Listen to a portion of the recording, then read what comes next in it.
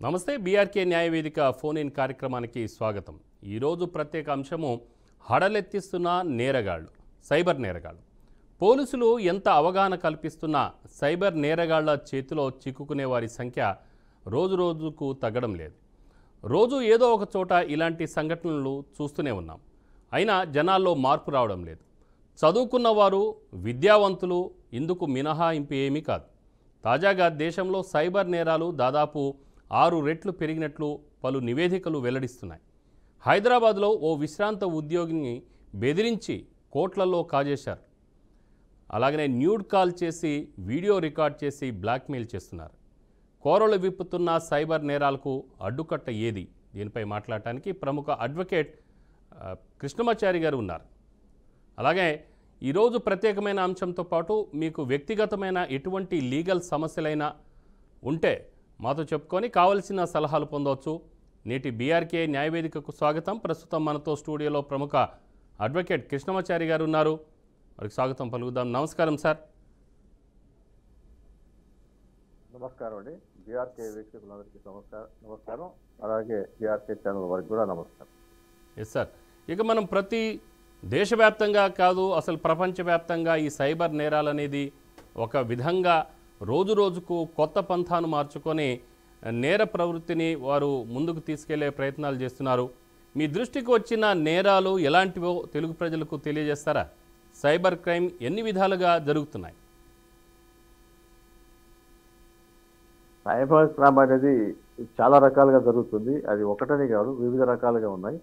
అట్లాగే fake profiles on social media, WhatsApp DP fraud, cyber terrorism, e-commerce frauds, cyber stalking, identity theft, data theft, insurance frauds, gift frauds, matrimonial frauds, political and commercial cases, OLX frauds, marketing frauds, job frauds, customer care frauds, loan frauds, KYC frauds, visa frauds, ransom frauds, lottery frauds, business frauds, source code theft, breach of privacy and confidentiality and other computer related crimes, email spoofing, email spamming, email bombing, sending threatening emails, email frauds, phishing emails, any other online crimes.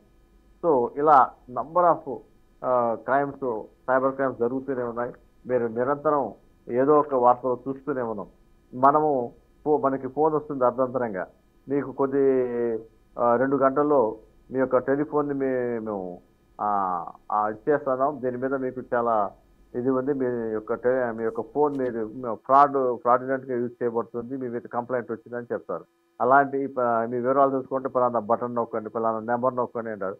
నొక్కగానే మన యొక్క డేటాని వాళ్ళు theft చేసి వాళ్ళు మన మీద ఇచ్చేసే అవకాశం ఉంది. సో ముఖ్యంగా సైబర్ క్రైమ్స్ జరగకుండా ఉండటానికి మనము చాలా జాగ్రత్తగా ఉండాల్సిన అవసరం ఉంది. సో ముఖ్యంగా మనం పాస్వర్డ్ లీక్ చేయడం, లేకపోతే ఓటీపీలు షేర్ చేయడం, ఇలాంటివి ఏమీ చేయకుండా ఉండాలి. ముఖ్యంగా మన మొబైల్స్లో మాల్వేర్ కానీ ఇలాంటివి ఏమైనా ఉంటే వాటిని మనం నిరోధించడానికి కొంచెం సాఫ్ట్వేర్స్ అప్డేట్ చేసుకుని, సెక్యూరిటీ సాఫ్ట్వేర్ తీసుకుని ఉండాల్సిన అవసరం ఎంతైనా ఉంది. అంటే ఇక అసలు ఎక్కడ సందు దొరికితే అక్కడ సైబర్ నేరాలకు పాల్పడుతూనే ఉన్నారు. అంటే దీన్ని బట్టి చూస్తుంటే సార్, ఇప్పుడు గ్రామీణ ప్రాంతాల్లో కొద్దిగా గొప్ప చదువుకొని ఆండ్రాయిడ్ మొబైల్స్ ఉంటాయి వాళ్ళ చేతుల్లో. అలాగనే ఇప్పుడు ఫోన్పే, గూగుల్ పే లాంటివి కూడా అన్నీ వచ్చేసాయి. సో కొంత చదువుకొని అవగాహన ఉన్న వ్యక్తుల్లో కొంతమంది ఉంటారు. కానీ ఈ సైబర్ నేరాలకు సంబంధించిన వీళ్ళ యొక్క ఆగడాలు ఎలా ఉంటాయి ఏంటనేది కుయుక్తి అనేది పాపం గ్రామీణ ప్రాంతాల్లో ప్రజలు ఉంటారు, వాళ్ళకి ఏం తెలియదు. సో అలాంటి వ్యక్తులకు కూడా ఇది పొంచి ఉన్నదని చెప్పేసి మనం భావించవచ్చు. ఇప్పుడు మీరు చెప్పిన దాని ప్రకారం చూస్తే, సో ప్రభుత్వము వీరికి అవగాహన పెంచడం కోసము ఏ రూపాల్లో అవేర్నెస్ కార్యక్రమాలను తీసుకువెళ్తుంది ముందుకు? ముఖ్యంగా ప్రభుత్వంపై బాధ్యత ఉంది. నేషనల్ సైబర్ క్రైమ్ పోర్టల్కి మనం వెళ్ళినట్టయితే వారు అవేర్నెస్ ప్రోగ్రామ్ గురించి కానీ, సైబర్ క్రైమ్స్ గురించి కానీ, ఎక్కడ రిపోర్ట్ చేయాలి, ఎలా చేయాలి, దాని మీద వివిధ రకాలుగా మనకి సేవలు అందిస్తున్నారు. అయితే ఈ సైబర్ క్రైమ్ పట్ల అవగాహన అనేది సామాన్యుడికి ఇంకా చేరట్లేదు. ఈ సైబర్ సెక్యూరిటీ గురించి సామాన్యులకి చేరకపోతే అది మనం ఆన్లైన్ పోర్టల్లో ఉన్నంత మాత్రాన పెద్ద ఉపయోగం ఏమి ఉండదు. కాబట్టి దీని అవగాహన సదస్సులు, అవగాహన ఏర్పాటు చేసే విధంగా మన సిస్టమ్ మారాలి. ఎడ్యుకేషన్ సిస్టమ్ మారాలి. అలాగే ఆ యొక్క చట్టాలు, సైబర్ లాస్ ఏవైతే ఉన్నాయో అవన్నీ కూడా ప్రజలకు అర్థమయ్యేలా ఉండాలి. ప్లస్ ఇంకొకటి ఏంటంటే సైబర్ ఫ్రాడ్స్ ఎలా జరుగుతాయి, వాటిని ఎలా నిరోధించాలనేది కూడా కామన్ మ్యాన్కి రీచ్ అయ్యే విధంగా మనం అవగాహన సదస్సులు కనుక ఏర్పాటు చేయగలిగితే తప్పనిసరిగా చాలా వరకు మనం ఈ సైబర్ క్రైమ్ నిరోధించవచ్చు. అలాగే ఇప్పుడు మీరు చెప్పినట్టుగా ఇప్పుడు అన్ఎడ్యుకేటెడ్ పీపులే కాదు, ఈవెన్ ఎడ్యుకేటెడ్ పీపుల్ కూడా ఈ యొక్క సైబర్ దాడులకు బలవుతున్నారు, చాలా నష్టపోతున్నారు కూడా. ఎడ్యుకేటెడ్ పీపుల్ చాలామంది కూడా తెలిసి తెలియక మనం ఏదో మీరు చెప్పినట్టుగా ఒక అందమైన అమ్మాయి బొమ్మ న్యూడ్గా రాగానే చూసి ఆనందించగానే వాళ్ళు వెంటనే మళ్ళీ అక్కడి నుంచి ఢిల్లీ నుంచి ఫోన్ వస్తుంది. ఫోన్ వచ్చి ఇట్లాగా మీరు ఒక అమ్మాయిని మీరు ఇట్లాగా అశ్లీలంగా చేశారు, దానివల్ల ఆమె ఫ్యామిలీ డ్యామేజ్ అయింది, మీ మీద కంప్లైంట్ వచ్చింది, అర్జెంటుగా మీరు ఢిల్లీ రావాలి, ఇలాంటి చాలా వస్తాయి. అట్లా బ్లాక్ మెయిల్ చేయడం చాలా, అలాంటి కేసులు కూడా నా దగ్గరికి వచ్చాయి కూడా. సో ఇలా చాలామంది బలవుతూనే ఉన్నారు. అమాయకంగా తెలివైన వాళ్ళు, చదువుకున్న వాళ్ళలో కూడా అమాయకులు ఉంటారు. అంటే అందరూ కూడా ఈ సైబర్ టెక్నాలజీ మీద పూర్తి అవగాహన ఉండదు. ఎడ్యుకేటెడ్ అయినంత మాత్రాన ఈ సైబర్ టెక్నాలజీ మీద అవగాహన ఉంటుందని అనుకోవద్దు. ఈవెన్ సాఫ్ట్వేర్ ఇంజనీర్లు కూడా కొన్ని సందర్భాల్లో మోసపోయిన సందర్భాలు ఉన్నాయి. ఇప్పుడు మీకు ఒకటి ఈ యొక్క వేదిక సందర్భంగా ఒక కేసు గురించి చెప్తాను, కొంచెం నాకు టైం వేయండి. ఎందుకంటే ఇది ప్రజలు తెలుసుకోవాల్సిన అవసరం ఎంతైనా ఉంది. రాజా ఉత్తమ్ అనే వ్యక్తి ఆయన software engineer, he's from Bihar. ఆయన బీహార్ నుంచి వచ్చి హైదరాబాద్లో సాఫ్ట్వేర్ ఇంజనీర్ చేస్తూ సికింద్రాబాద్ ఐసిఐసిఐ బ్యాంక్లో ఒక అకౌంట్ ఓపెన్ చేశారు. అకౌంట్ ఓపెన్ చేసి అదే రన్ చేస్తున్నారు. తర్వాత ఆయన అబ్రాడ్లో జాబ్ వచ్చి కాలిఫోర్నియాలో వెళ్ళారు, అక్కడ సాఫ్ట్వేర్ ఇంజనీర్ చేస్తున్నారు. ఆయనకి ఇద్దరు ఆడపిల్లల కోసం కష్టపడి ఒక 50 లక్షలు ఆన్లైన్లో అదే ఐసిఐసిఐ బ్యాంకులో ఫిక్స్డ్ డిపాజిట్ చేసుకున్నాడు. ఆ ఫిక్స్డ్ డిపాజిట్ చేసిన అకౌంట్లు భద్రంగా ఉంటాయి అనుకుంటాం మనం. అవి లిక్విడ్ డిపాజిట్కి ఫిక్స్డ్ డిపాజిట్కి మీకు తేడా తెలుసు. సో ఫిక్స్డ్ డిపాజిట్ ఎక్కువ ఇంట్రెస్ట్ వస్తుందనే ఉద్దేశంతో ఆయన చేశాడు. చేస్తే కొద్ది రోజుల తర్వాత ఆయన ఆన్లైన్ నెట్ బ్యాంకింగ్ ఆపరేట్ చేస్తుంటే అది ఓపెన్ కావట్లేదు. ఇది software engineer, he maintaining Apple laptop వాడతాడు, హాట్మెయిల్ హైలీ సెక్యూర్డ్ హాట్మెయిల్ వాడతాడు. అయినప్పటికీ కూడా అది ఓపెన్ కావడం లేదు. అది బ్యాంక్ అకౌంట్ అని చెప్పి కస్టమర్ కేర్కి చేస్తే అది మీరేమన్నా పాస్వర్డ్ మార్చుంటారేమో, మీకే తెలుసు, మాకేం తెలుసు, తెలియదు అని చెప్పి తప్పించుకున్నారు. తర్వాత మరి ఏదోలాగా చేసి వారు రిక్వెస్ట్ చేసి మళ్ళీ ఆయన ఫ్రెష్గా మళ్ళీ దాన్ని ఓపెన్ చేయడం జరిగింది. ఓపెన్ చేస్తే 50 లక్షల్లో కాస్త 43 లక్షల రూపాయలు లేవు. ఆయనకి ఏం చేయాలో దాన్ని ఇమీడియట్గా ఐసిఐసిఐ బ్యాంక్ కస్టమర్ కేర్కి రిపోర్ట్ చేశాడు. ఇట్లా ఆన్లైన్లో రిపోర్ట్ చేశారు. రిపోర్ట్ చేస్తే మీరు మీ పాస్వర్డ్ లీక్ చేసి ఉండవచ్చు, మీదే బాధ్యత, మాకు ఎటువంటి సంబంధం లేదు అని చెప్పేశారు. సో ఎన్ని మెయిల్స్ చేసినా ఏం చేసినా కూడా వాళ్ళు ఎటువంటి ఇన్ఫర్మేషన్ ఇవ్వలేదు, వాళ్ళు ఎటువంటి సహాయం చేయలేదు, వాళ్ళు ఆ అమౌంట్ రికవరీ చేయడానికి సహాయం చేయలేదు. ఏ అకౌంట్కి వెళ్ళి ఎలా వెళ్ళి కనీసం అవి చెప్పడానికి కూడా వాళ్ళు నిరాకరించారు. అయితే తప్పనిసరి పరిస్థితుల్లో ఒక ఫ్రెండ్ ద్వారా నన్ను అప్రోచ్ అయితే ఫస్ట్ మీరు ఒక కంప్లైంట్ ఇవ్వండి సైబర్ క్రైమ్ పోలీస్కి అని చెప్పాను. వెంటనే ఒక కంప్లైంట్ ఇచ్చారు, మిత్రుల ద్వారా కంప్లైంట్ ఇచ్చాడు. ఇట్లా సోడ్స్ నా ఆన్లైన్ ఫ్రాడ్ జరిగింది, నా అకౌంట్లోంచి ఐసిఐసిఐ బ్యాంక్ సోడ్స్ అకౌంట్లోంచి ఇంత అమౌంట్ పోయింది, అది ఎలా పోయిందో నాకు తెలియదు, నాకు న్యాయం చేయగలరని పెట్టాడు. ఎఫ్ఐఆర్ అయింది. ఎఫ్ఐఆర్ అయిన తర్వాత సైబర్ పోలీసు ఇన్వెస్టిగేషన్ చేశారు. ఇన్వెస్టిగేషన్ చేసిన తర్వాత అందులో ఈ యొక్క అమౌంట్ అంతా కూడా ఒక కార్పొరేట్ బ్యాంక్ అకౌంట్కి వెళ్ళింది, భాస్కర్ రాజు అనే అతని అకౌంట్కి వెళ్ళింది. అకౌంట్కి వెళ్తే అతని నుంచి వేరే వాళ్ళకు కూడా అమౌంట్స్ వెళ్ళిపోయాయి. సో అతని అకౌంట్లో ఉన్న 2 లక్షలు మాత్రం రికవర్ చేశారు. భాస్కర్ రాజు అనే అతన్ని రిమాండ్ చేశారు. బట్ మిగతా ఎవరిని అరెస్ట్ చేయలేదు. అందులో జావేద్ ఫిలిప్పీన్స్లో ఉన్నాడని, ఇంకో దగ్గర ఉన్నాడని, అతను మేము పట్టుకోలేకపోతున్నామని cyber police charge sheet final report file చేశారు. సో ఇప్పుడు దొంగ దొరికాడు, కానీ ఈ 2 లక్షలు మాత్రమే రికవర్ చేశారు. మరి మిగతా నా డబ్బు సంగతి ఏంటి?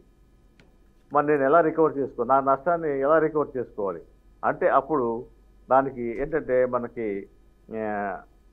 ఈ యొక్క IT act, information technology act 2000 ప్రకారం ఏంటంటే సెక్షన్ 46 ప్రకారం adjudicating officer can adjudicate the matter.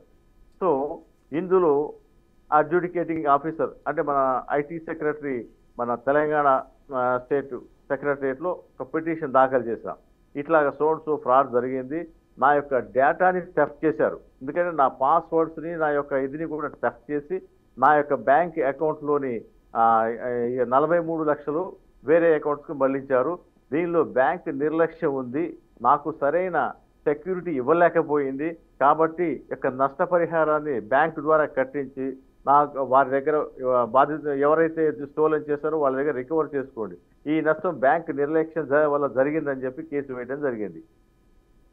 ఆ కేసు దాదాపుగా 1.5 year నడిచింది. This is the first case after formation of the Telangana.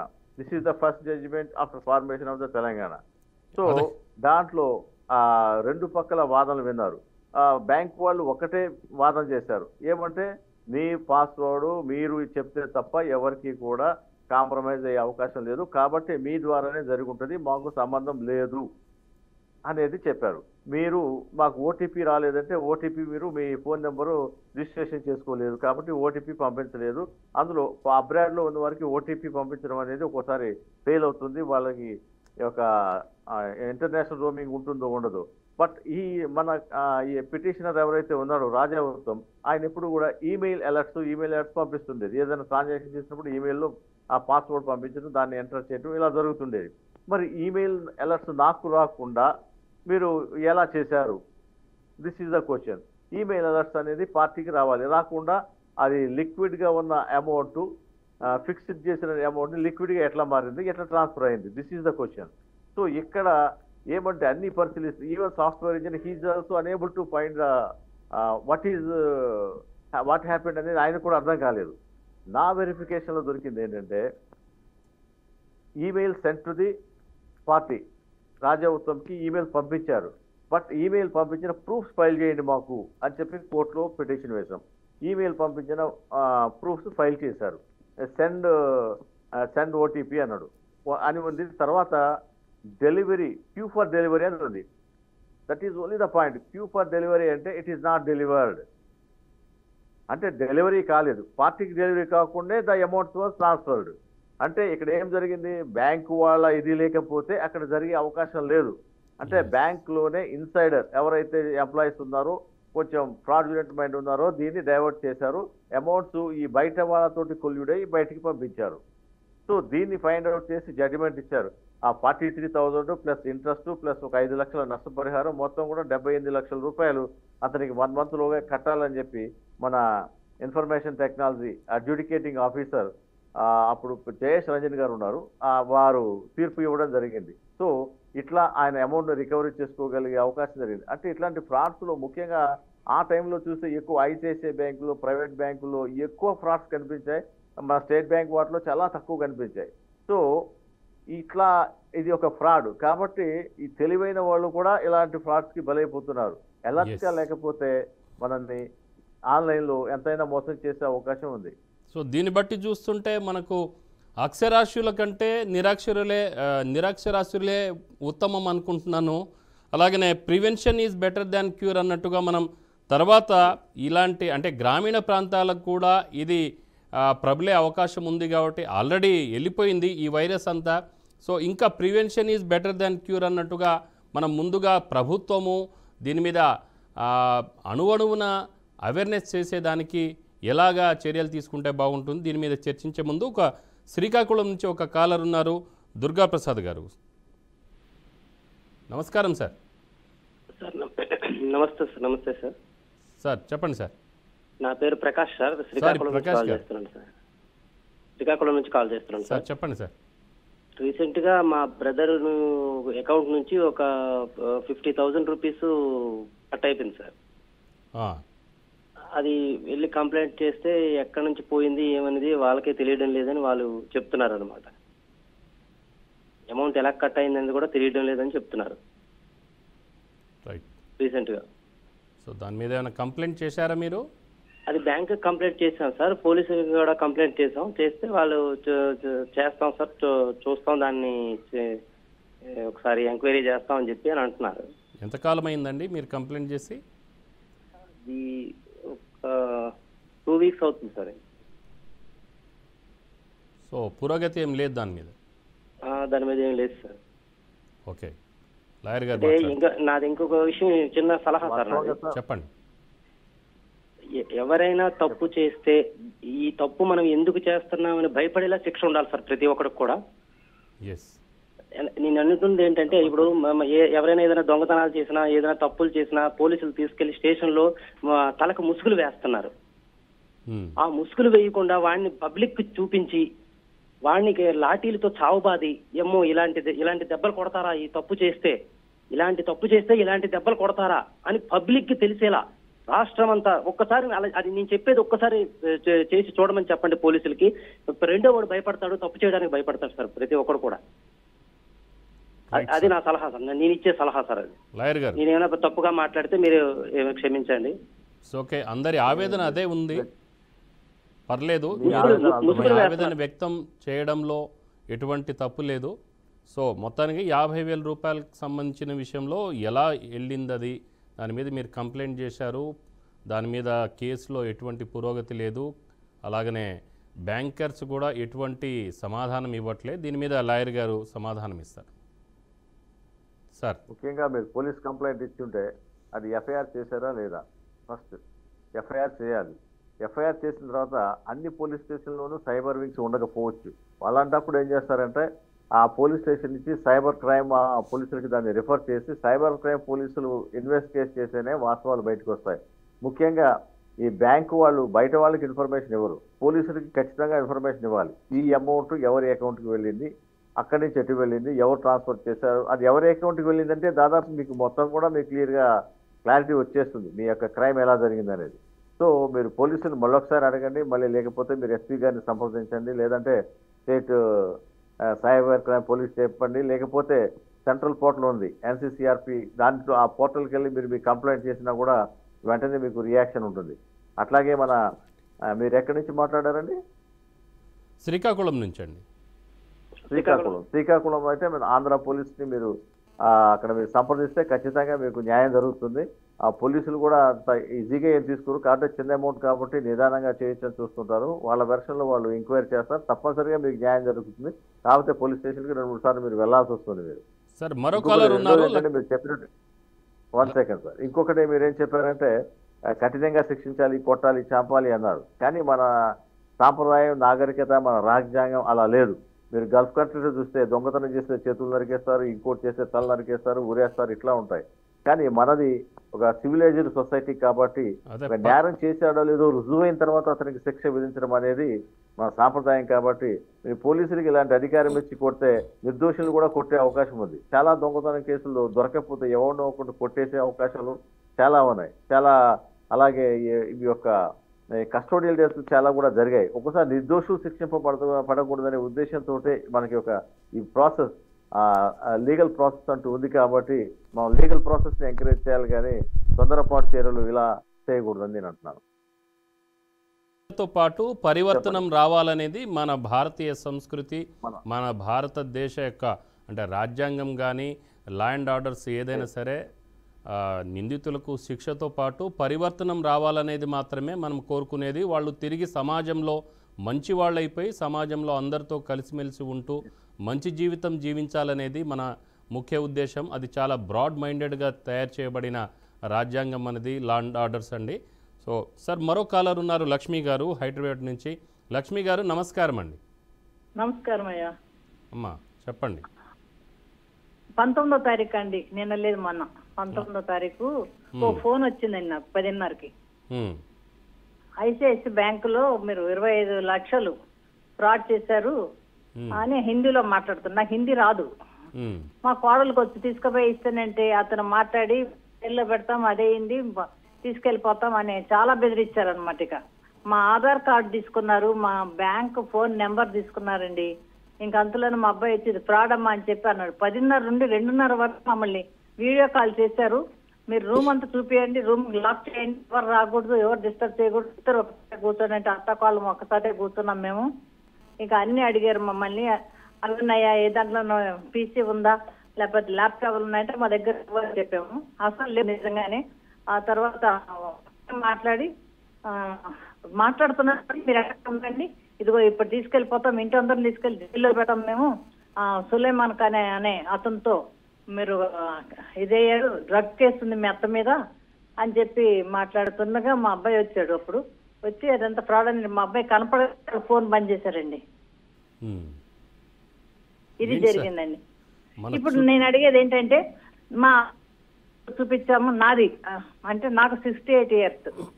ఆ తర్వాత నా Andhra bank phone account number తీసుకున్నానండి. దానివల్ల ఏమన్నా నష్టం జరుగుతుందా అని అడుగుతున్నా లాయర్ గారిని. అలాగనే ఆధార్ నంబర్ కూడా ఇచ్చారా మీరు? ఇచ్చామండి, నెంబర్ కూడా అడిగారు, నెంబర్ కూడా ఇచ్చాం.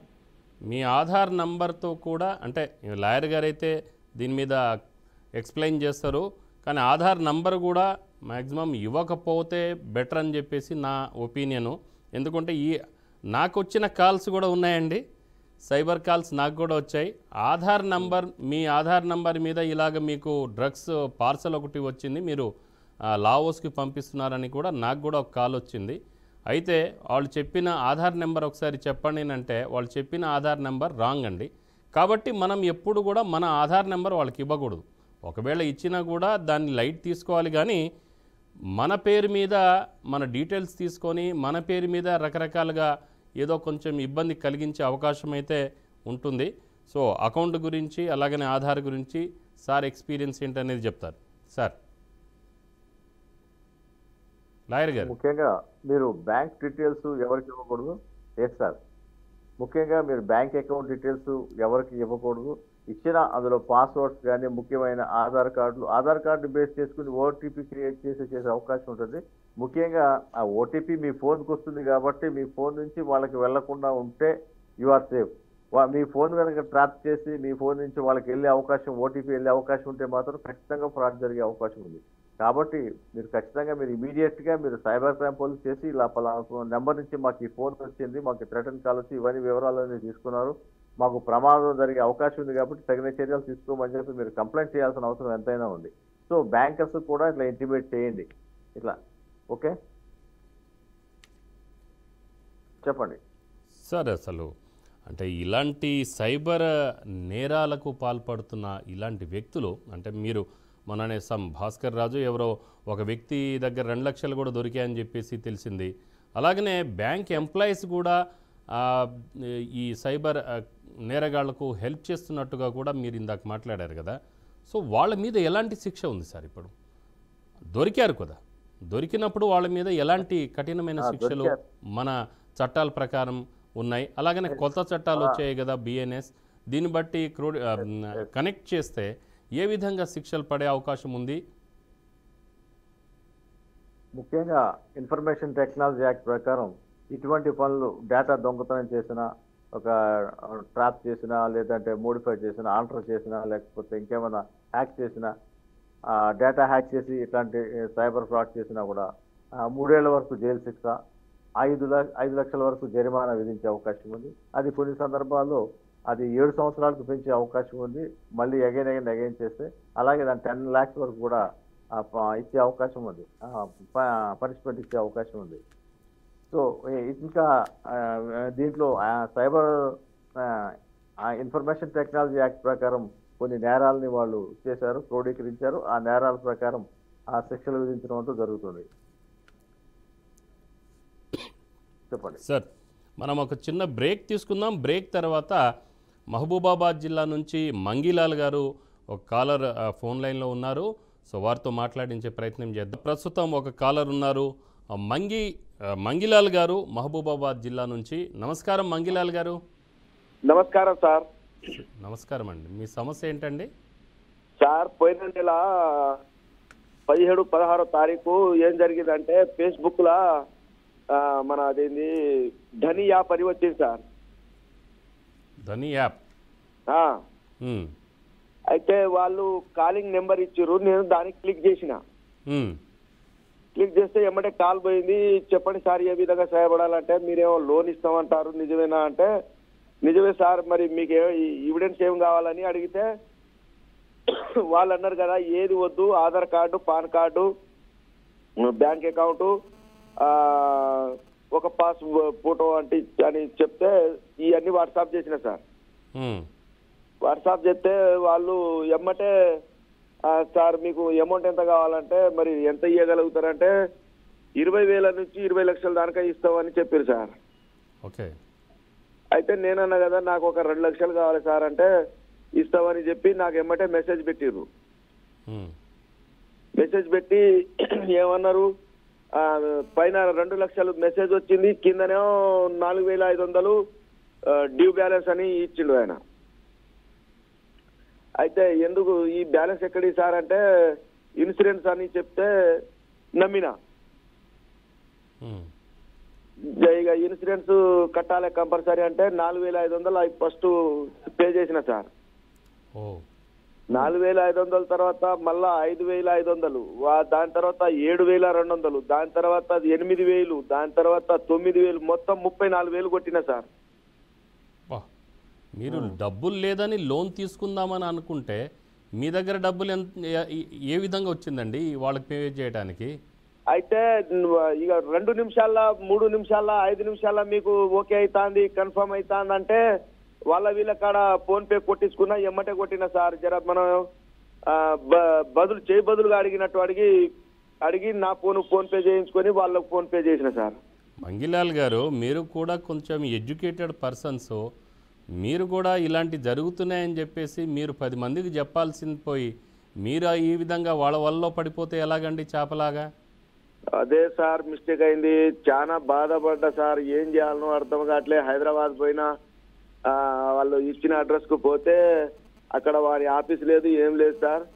ఇంకోటి అక్కడ సైబర్ దాంట్లో పోరి అని చెప్తే ఆ సైబర్ పోలీస్ స్టేషన్ లో పోతే లక్షలలో పోతేనే మేము పట్టించుకుంటాం, లేకుంటే ఈ 1000లకు మేము ముట్టుకోం బాబు అని చెప్తే మరి దీని సొల్యూషన్ ఏం సార్ అంటే మళ్ళీ రిటర్న్ మీ మండలంలో పోయి కేసు పెట్టంటే మళ్ళీ మా మండలంలో వచ్చి పిటిషన్ ఇచ్చిన సార్. పిటిషన్ ఇస్తే సార్ వాళ్ళు అదేంది ఆన్లైన్ చేస్తామని చెప్పి ఆన్లైన్ చేసినట్టు నాకు మెసేజ్ కూడా వచ్చింది సార్. వచ్చింది. ఇక అప్పుడు జగ అట్నే ఉన్నా, ఏ రెస్పాన్స్ ఇవ్వలు ఇస్తలేరు. ఇక నాదే పొరపాటు అనుకొని సప్పుడు చేయక అట్నే ఉన్నా సార్. రైట్. లాయర్ గారు చూడండి, రోజు రోజుకు వాళ్ళ యొక్క సైబర్ నేరగాళ్ళు వారి యొక్క పంథాన్ని మాత్రం మార్చుకుంటూ డిఫరెంట్ ఇందాక మీరు ఏదైతే పెద్ద చాటభారతమైన లిస్ట్ చదివారో వినిపించారో దానికంటే అసలు అందులో ఉందో లేదో ఈ ఇన్సూరెన్స్ ఈ విధంగా చేస్తామనేది, అంటే డిఫరెంట్ యాంగిల్స్లో వీళ్ళు ముందుకెళ్తున్నారు. సో ఎలా సార్ ఇది? అసలు మన దేశంలోనే ఈ నేరగాళ్ళు కార్యకలాపాలు నిర్వహిస్తున్నారా? అలా జరిగితే పోలీసు వ్యవస్థలో ఈ నేరగాళ్లను కట్టడి చేసే యంత్రాంగం మన దగ్గర ఉందా లేదా? వాస్తవం చెప్పాలంటే సరైన యంత్రాంగం లేదనే చెప్పాలి. ఇంకా ఫుల్ ఫ్లెడ్జ్డ్గా సైబర్ క్రైమ్ నిపుణులను ఏర్పాటు చేసుకోవాల్సిన అవసరం ఎంతైనా ఉంది. ముఖ్యంగా ఇప్పుడు ఇతను చెప్పిన మంగిలాలు చెప్పిన దాంట్లో ఏంటంటే ముఖ్యంగా మనకున్న అత్యాశ కూడా ఒక బలహీనతని కారణంగా చేసుకుని సైబర్ నేరగాళ్ళు విజృంభిస్తున్నారు. లోన్ ఇస్తామంటే ఆశపడడం, లాటరీ వచ్చిందంటే ఆశపడడం, ఇట్లాగా చాలా రకాలుగా ఆశపడితే మనం వెంటనే ట్రాప్లో పడిపోవడం జరుగుతుంది. సో ఈ ట్రాప్లో పడిపోకుండా ఉండాలంటే మనం ఆలోచించాలి. అది ఒకటి మన దగ్గర నుంచి మనని మనం కాపాడుకోవాల్సిన అంశం అది. సో రెండవది ఏంటంటే మీరు చెప్పినట్టుగా సైబర్ క్రైమ్ డిపార్ట్మెంట్కి అయితే 1,00,000 లోపు అయితే మాత్రం వాళ్ళు చేయరు, లోకల్ చేయరు. 1,00,000కి పైగా దాటి ఉంటే మన స్టేట్ హైదరాబాద్ సైబర్ టీం ఉన్నది, వాళ్ళు చేస్తారు తప్పనిసరిగా. దాంట్లో వాళ్ళు ఆన్లైన్ నెంబర్ 24 hours నెంబర్ కూడా ఇచ్చారు. సో దాంట్లో అప్రోచ్ అవ్వచ్చు. ఇప్పుడు ఇతను చెప్పిన దాని ప్రకారం 1,00,000 లోపే ఉంది కాబట్టి లోకల్ పోలీస్ స్టేషన్లో కంప్లైంట్ ఇచ్చి వాళ్ళు ఇన్వెస్టిగేషన్ చేస్తారు. ఇది ఏ అకౌంట్కి వెళ్ళింది అని తెలుసుకుంటారు. ఏ అకౌంట్ ఆ హోల్డర్ పేరు పట్టుకుంటే మొత్తం క్రైమ్ అంతా ఈజీగా అవుతుంది. ఈజీగా దొంగలు పట్టుకోవచ్చు. ఖచ్చితంగా వాళ్ళని శిక్షించే అధికారం ఉంది, శిక్షించే అవకాశం కూడా ఉంది. మీరు పోలీసు వాళ్ళని గట్టిగా ప్రయత్నం చేయండి.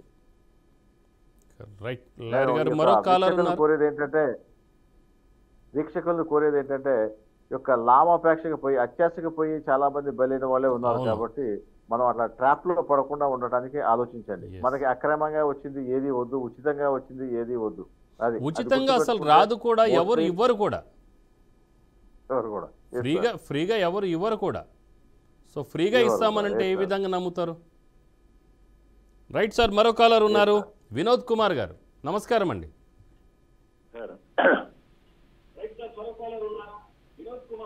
నమస్కారం సార్, నేను హైదరాబాద్ నుంచి మాట్లాడుతున్నా. 17th ఏప్రిల్ నాడు నాకు ఓలా ఆటో వాడు సార్. కొద్దిగా మీరు ఓలా వినోద్ గారు సార్. టీవీ వాల్యూమ్ తగ్గించండి, లేదా కొంచెం దూరంగా ఉండి మాట్లాడరా? అలాగే సార్. టీవీ వాల్యూమ్ తగ్గించాను, సెల్ ఫోన్తో మాట్లాడుతున్నాను.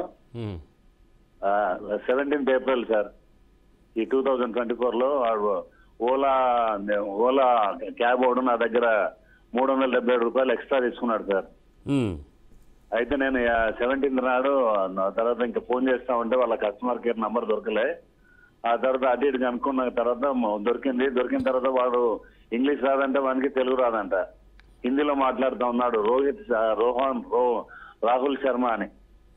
ఆ తర్వాత నేను కస్టమర్ కేర్ ఎగ్జిక్యూటివ్ ను మేనేజర్ ను ఇక్కడ బంజారా హిల్స్ లో ఉంటాను అని చెప్పిన తర్వాత ఇక్కడ డబ్బులు పోయాయి, వాడు ఎక్స్ట్రా తీసుకున్నాడు, రిఫండ్ చేయగలుగుతారా అంటే మేము రిఫండ్ చేస్తాము.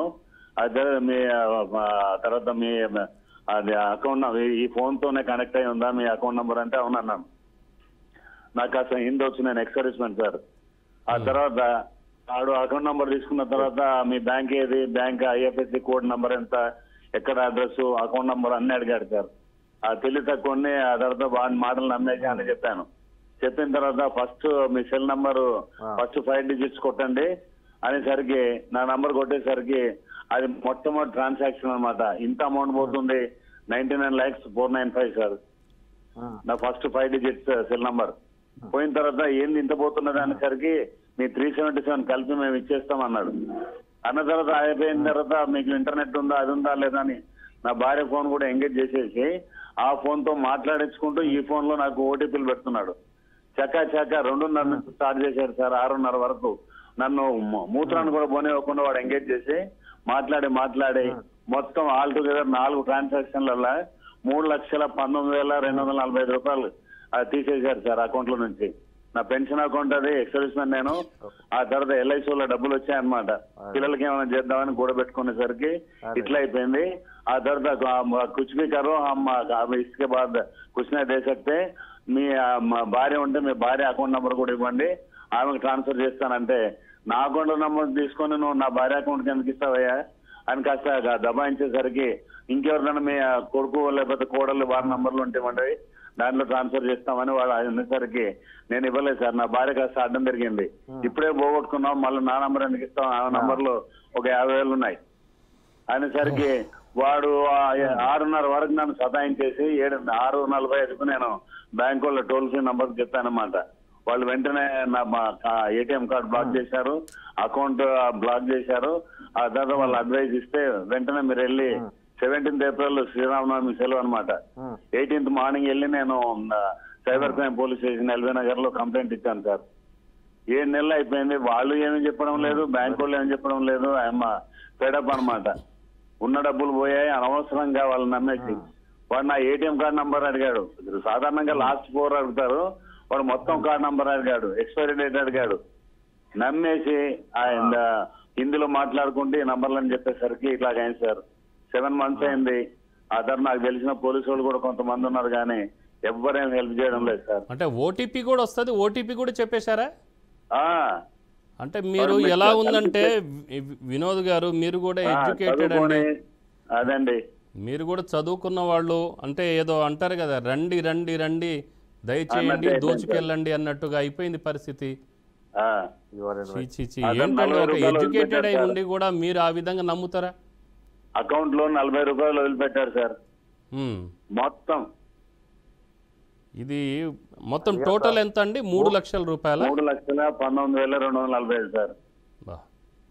సో ఇంతకాలం కష్టపడి 300 రూపాయల కోసం వెళ్ళి. ఇప్పుడు ఇక్కడ సమస్య ఏంటంటే లాయర్ గారు, వినోద్ కుమార్ గారి కేసు ఇప్పటి వరకు కొలిక్కి రాలేదని అంటారు. మీరు హైదరాబాద్ సైబర్ క్రైమ్ పోలీస్ కి మీరు ఇమీడియట్ గా కాంటాక్ట్ చేయండి, తప్పనిసరిగా వాళ్ళు హెల్ప్ చేస్తారు.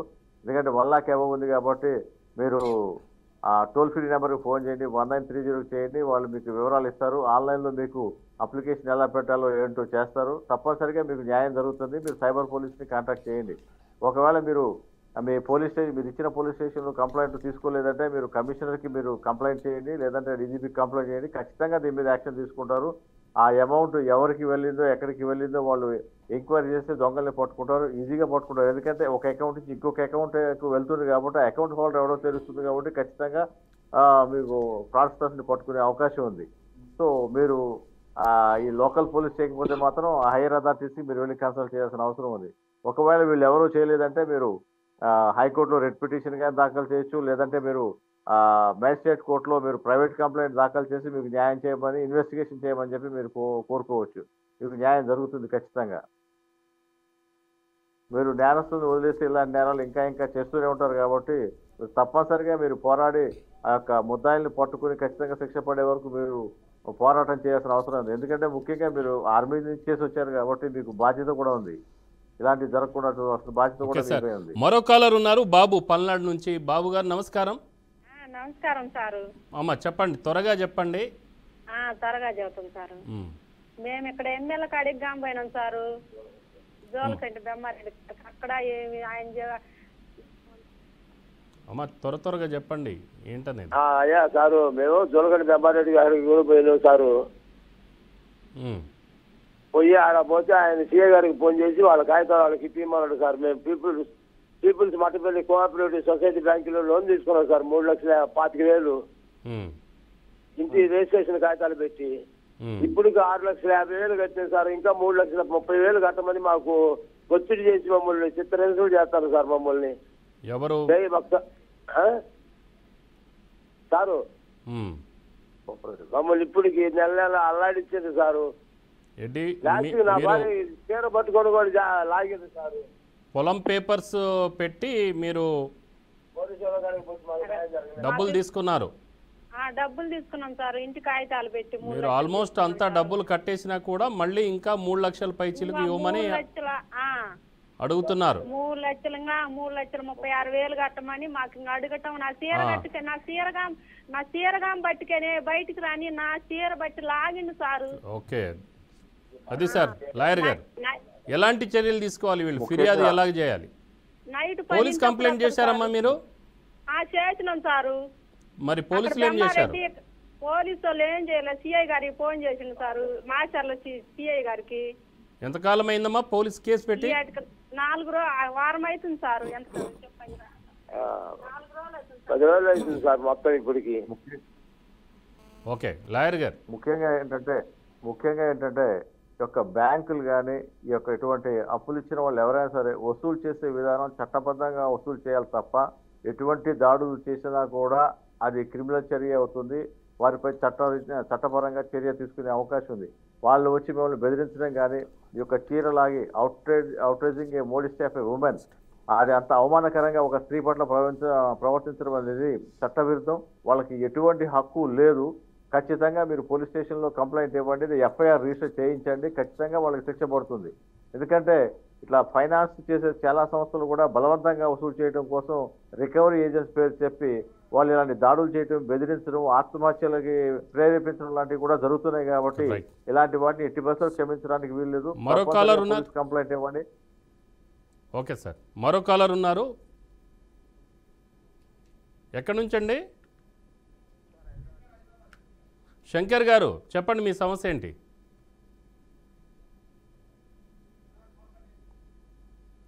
Okay right sir, call cut అయిపోయింది.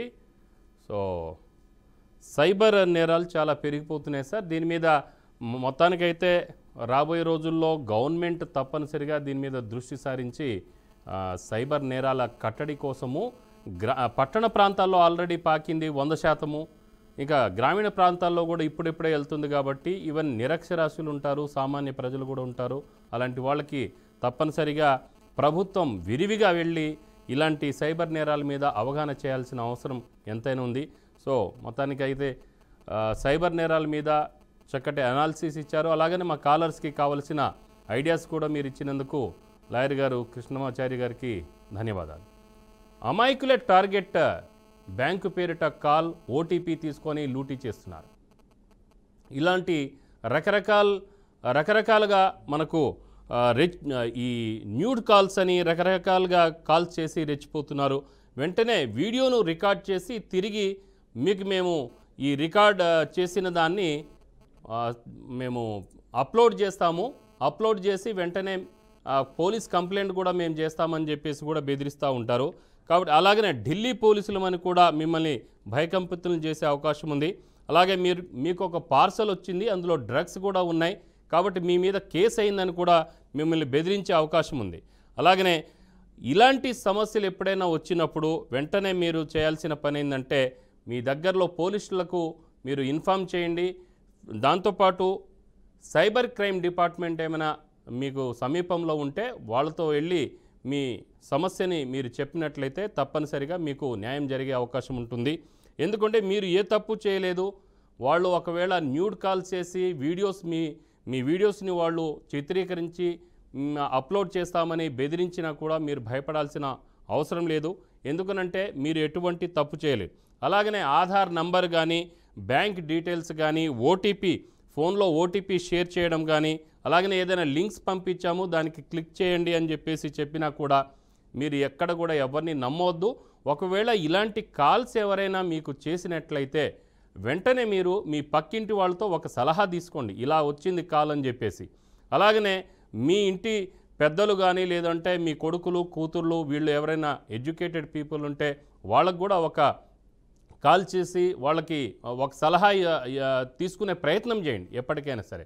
ఆ విధంగా మీరు ఇలాంటి సైబర్ నేరాల నుంచి తప్పించుకోవడానికి ప్రయత్నం చేయవచ్చు. మొత్తానికైతే బీ అలర్ట్. ఇది ఈరోజు స్పెషల్ టాపిక్. మరో టాపిక్తో మళ్ళీ కలుద్దాం. అంతవరకు చూస్తూనే ఉండండి బీఆర్కే న్యూస్, తెలుగుడి సత్తా.